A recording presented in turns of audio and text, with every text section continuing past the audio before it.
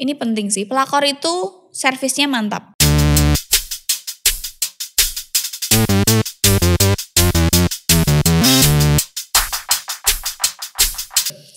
Hai semuanya, gimana kabar kalian teman-teman? Semoga sehat selalu, semoga baik-baik aja. Jangan lupa minum air putih yang banyak, makan yang banyak, minimal sehari 3 kali biar gak gampang sakit ya kan. Mengingat nih ya, cuaca yang gak menentu ya, sebulan sampai 2 kali banjirnya hebat ya. Semarang istimewa tenan. Oke, hari ini kita akan bahas tentang pelakor. Ya kalau kalian dengar kata pelakor itu pasti terngiang-ngiang di otak kalian gitu ya, pelakor-pelakor tanah air. Sampai ada yang bikin TikTok gitu ya, Krisdayanti, Mayang Sari, Mulan Jameela, sapa meneh yang terbaru yang mbaknya itu aku mager banget nyebut namanya karena ada di mana-mana gitu ya, beserta mimik-mimik yang apa kalian nungguin aku ya yang gitu-gitu. Kui ngomong apa? Kui aku nek kon ngeri aku ya. Kui ngomong apa sih sakjane iki aku ora paham deh. Kui mau sok manja tapi gua aku ora ngerti bahasanya apa wes to. Karena untuk konten pelakor ya aku berdandan seperti pelakor. Ya, kenapa kalau aku bilang aku berdandan seperti pelakor? Karena pelakor itu tidak bisa ditentukan oleh fisik. Mengingat tragedi trending topik yang lagi ada di mana-mana ini tentang pelakor ya kan, dan bahkan pelakor-pelakor yang bentuknya PK banget ya. Itu dia jadi punya pembelaan kayak tuh kan pelakor tuh enggak harus yang bentukannya kayak kita tuh belum tentu pelakor ya. Mereka jadi ada pembelaan gitu ya, walaupun kita tuh nggak ada yang tahu ya kan, yang namanya jadi pelakor itu ya udah jadi aja, enggak aja, mau aja, enggak aja gitu ya.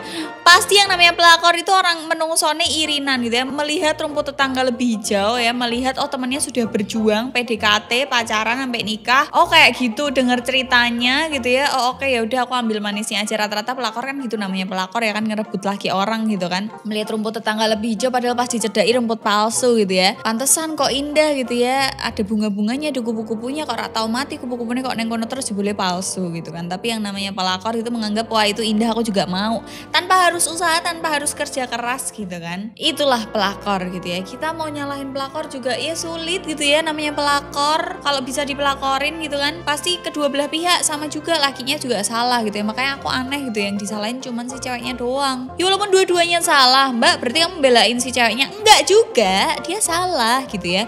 Tapi kenapa yang harus disudutkan lebih banyak itu ke ceweknya? Padahal harusnya porsinya sama dong, laki dan perempuannya sama-sama mau dan bahkan keduanya kayak sepakat gitu. Ya udahlah ya, tapi kita akan bahas ciri-ciri pelakor yang sulit untuk kalian temukan, yang nggak bisa kalian lihat karena ciri-ciri pelakor yang aku sebutkan ini tidak nampak secara fisik. Yang pertama adalah dia ramah ke laki-laki, bukan ke semua orang, lebih tepatnya untuk orang-orang yang berkepentingan aja, yang menurut dia oke ini bisa dipelakorin atau ini berbenefit untuk dia tuh dia ramah. Biasanya dia nggak ramah sama sesama jenis, kayak sama-sama cewek yang menganggap ini bisa jadi saingan, nah aku nggak akan ramah nih sama dia, biasanya jutek gitu ya. Atau bahkan ada juga yang ramah juga ke sesama, tapi sesamanya tuh lebih tepatnya ke sesama jenis pelakor atau sama istri sahnya. Jadi untuk jalannya biar lebih mulus untuk mendapatkan si laki-laki atau si gadun itu tadi. Kenapa kok ini si cewek ini ramah ke laki-laki? Karena laki-laki yang udah punya istri, yang udah punya pasangan itu mungkin punya konflik tersendiri sama pasangannya. Kayak misal dia lagi stres kerja, pasangannya mungkin ya komunikasinya jelek, terus akhirnya marah-marah, terus dia bete. Makanya si cewek pelakor ini hadir dengan kemanjaan, keramah tamahan gitu ya, menye-menye ya kan, laki-laki biasanya suka kayak gitu. Nah itu yang akhirnya memikat laki-laki yang sudah berumah tangga ini akhirnya terpincut oleh pelakor gitu ya. Kecuali beda cerita kalau emang tabiat laki-lakinya emang tukang selingkuh, suka nyari cewek-cewek gitu, beda cerita. Itu yang pertama. Yang selanjutnya, biasanya cewek-cewek pelakor ini pandai untuk merawat diri, pintar untuk ngerawat badan, rambut, muka, tangan, kulit, jempol, sikil, dan semuanya tuh dirawat gitu ya. Karena apa? Yang namanya untuk ngerebut laki orang, berarti kita akan bermindset untuk oh berarti aku harus lebih dari istri pertamanya. Apa yang gak bisa dikasih istri pertamanya, apa yang dia gak suka dari istri pertamanya, aku harus bisa itu. Jadi dia akan merawat diri dulu, karena dia akan membuat dirinya cantik walaupun aslinya biasa aja. Aku gak bilang jelek karena semua wanita cantik. Dia akan berusaha biar hidung gue harus mancung, karena mindsetnya si pelakor ini cewek cantik itu yang hidungnya mancung, matanya belok, bulu matanya lentik gitu ya, alisnya udah ada waktu bangun tidur ya. Dia akan buat seperti itu gitu. Terus setelah dia mempercantik dirinya dengan berbagai treatment ya, berasal uangnya dari mana, dia padahal nggak kerja ya dari gadun-gadun itu tadi begitu ya. Jadi dia pandai merawat diri, habis itu mungkin ditambahin extension rambut. Istri pertamanya rambutnya panjang, dia suka rambut panjang, kok extension rambut deh. terus operasi apa segala macam, sedot lemak gitu ya, biar kurus, semok, biar enak dipandang, jago diranjang yang kayak gitu-gitu. Selanjutnya biasanya pelakor ini punya badan bagus. Gak mungkin pelakor itu gembrot ya atau lemu atau ngasih belibet-libet, gak mungkin ya kan. Namanya cowok kalau lagi nyari selingkuhan itu pasti yang cantik, yang enak dipandang gitu ya, yang nggak nyenepke, yang bisa diatur gitu ya, bisa pokoknya yang manut sama dia, tahu dia maunya apa. Biasanya laki-laki kan kayak gitu. Nah pelakor ini pasti punya badan bagus, nggak melulu harus langsing krempeng kok, triplek kok, debok pisang, enggak, tapi bagus itu mungkin ada beberapa laki-laki yang suka yang badannya mungil ya kan, pokoknya merawat diri lah intinya si pelakor ini, karena kan konsepnya adalah merebut laki orang ya kan. Biasanya mereka semok-semok atau mungkin itu tergantung ke selera lakinya, ada yang suka semok-semok gitu ya, ada yang suka langsing-langsing, kecil, mungil, pendek gitu, macam-macam. Selain itu ya kan, pasti pelakor ini tuh pinter memanjakan laki-laki. Jadi dia tahu titik lemah laki-laki, dia tahu laki-laki itu suka diapain, dia tahu sasaran laki-lakinya ini lagi butuh diapain. Ngerti kan? Kayak misal, oh istrinya nggak bisa diajak komunikasi, nggak bisa diajak cerita, ya udah berarti dia butuh didengerin nih ceritanya. Mungkin dia lagi ada keluh kesah di kantor, mungkin dia lagi pusing ngurusin anaknya yang lagi masuk sekolah dan lain-lain. Jadi ada teman curhat, nah dia memposisikan diri, jadi dia ngerti nih laki-laki itu butuhnya diapain gitu. Gak cuman cerita, mungkin laki-laki ini mungkin istri sahnya lagi sakit gitu ya, atau mungkin istri sahnya nggak bisa servis, nggak bisa nyervis dia, atau mungkin istri sahnya kalau dimintain mah yuk gitu ngamuk-ngamuk gitu ya. Nah udah itu paling gampang tuh masuk pelakor di situ. Selain itu ya, selain dia bisa mengerti laki-laki ini, tahu harus diapain laki-lakinya, ini penting sih, pelakor itu servisnya mantap ya, di kasur, servis di kasur lebih tepatnya. Kayak misal laki-laki itu suka kok menghayal nek tak sebut kayak ngene ya kan.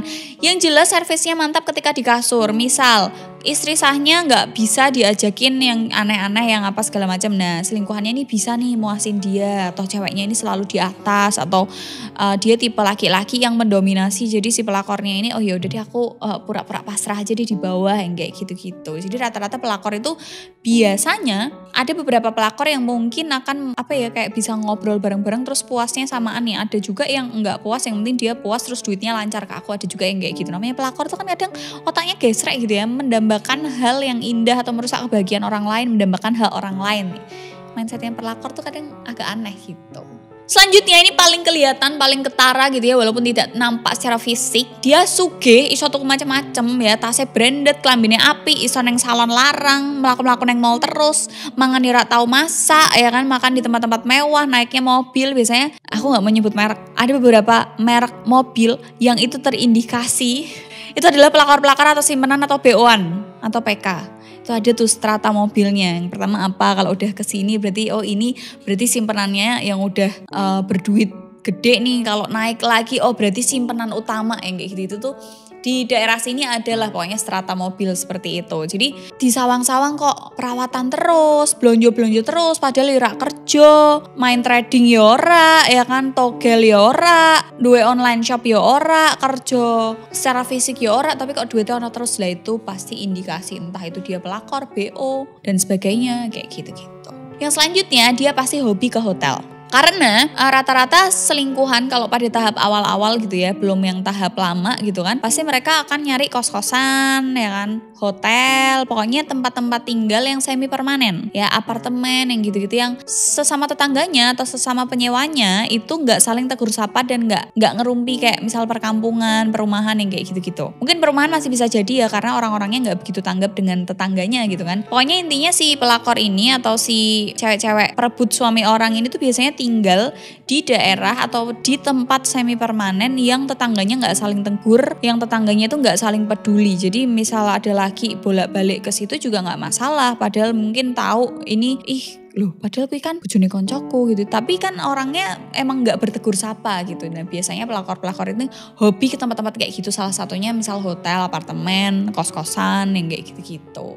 Nah itu tadi ciri-ciri pelakor yang nggak kelihatan secara fisik ya kan. Yang namanya pelakor tuh kita nggak bisa langsung ngejudge atau nggak ada alat parameter alat yang bisa deteksi oh ini pelakor, oh ini enggak. Karena ya balik lagi ke awal yang aku bilang, yang namanya pelakor, kalau aku mau jadi pelakor ya jadi aja gitu. Enggak terus kalau aku sudah punya kriteria, oh Mbak Adel udah extension bulu mata, alisnya tebel, rambutnya smoothingan, extensionan dan lain-lain, pakaiannya seksi berarti pelakor. Belum tentu juga gitu ya. Dan belum tentu juga yang bentukannya baik-baik juga enggak jadi pelakor gitu ya. Namanya hidup itu sawang sinawang gitu ya. Yang baik belum tentu baik, yang jelek juga belum tentu jelek gitu ya.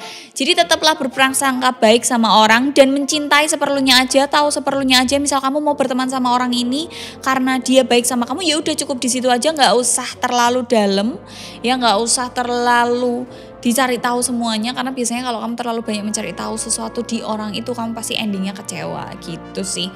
Jadi hati-hati aja kalau kalian punya teman pelakor. Itu bukan berarti pelakor nggak boleh ditemenin, enggak, takutnya labelnya ngecap di kamu juga, itu aja sih. Tapi kalau selebihnya sih, kalau ditanya Mbak Adel mau nggak punya teman pelakor, selama dia nggak cerita ke aku nggak masalah. Kalau dia cerita ke aku pasti tak marahin. Begitu teman-teman. Semoga video ini bermanfaat buat kalian ya.